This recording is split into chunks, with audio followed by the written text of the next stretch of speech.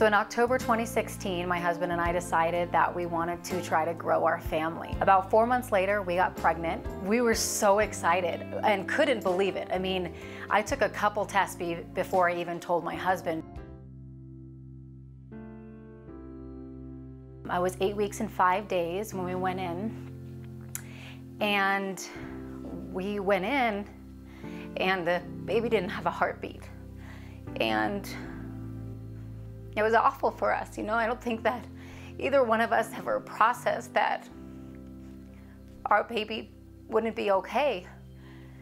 And so then we were brought into a room and we were told that miscarriage is actually common. They say 1 in 4 pregnancies end in miscarriage. And I thought, how did I not know that? Why is that not told to women? And from there, I was given a couple options on how to proceed. And I chose to go the natural route. It happened in the middle of the night. I woke up at about 11 o'clock and with extreme cramping, and it was the beginning of the contractions. And it was about 2 hours of bleeding and laying on the floor and trying to find any type of comfortable position, which there is none. You go through this awful phase, but then your doctors don't really tell you what to do when the baby comes out. And that's a really hard thing for a woman. Just gotta kind of figure out what you do. So for us, we took it out and buried it in our backyard on Mother's Day weekend. And definitely one of the hardest moments of my life and my husband's life, for sure. At first, it's disbelief. And then it's both of us processing it in different ways. You know, he's trying to support me while I'm going through all the physical things. And then his grief comes after that. And so it's both of us grieving in different ways and trying to keep our marriage strong.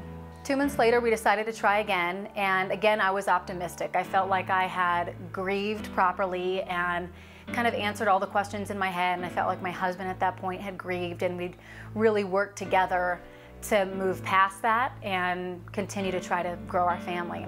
So that September, I got pregnant again, but this time was a completely different feeling. For us, it was initial excitement when you see that positive pregnancy test, but this time we knew that the outcome couldn't be great again. So the day finally comes, we're about 8 weeks pregnant again, and we look at our sweet ultrasound technician's face and we knew right away that our baby didn't have a heartbeat again. And we're devastated. I mean, how can this happen twice to us? And you see it, you know, you see the ultrasound and you see where the baby started to grow, but there's no flicker. And the flicker is the heartbeat. This time, Josh and I both grieved in very different ways. And this time it took us really making sure that we put our marriage first, because we grieved at different times and grieved in different ways, and we were mad at different things and mad at different times, and questioning God and questioning ourselves and questioning if we did something wrong and why we would deserve this. And some days you feel great and you've processed it, and you think you have, and you think your husband has, and you really haven't. You know, I mean, it takes a while.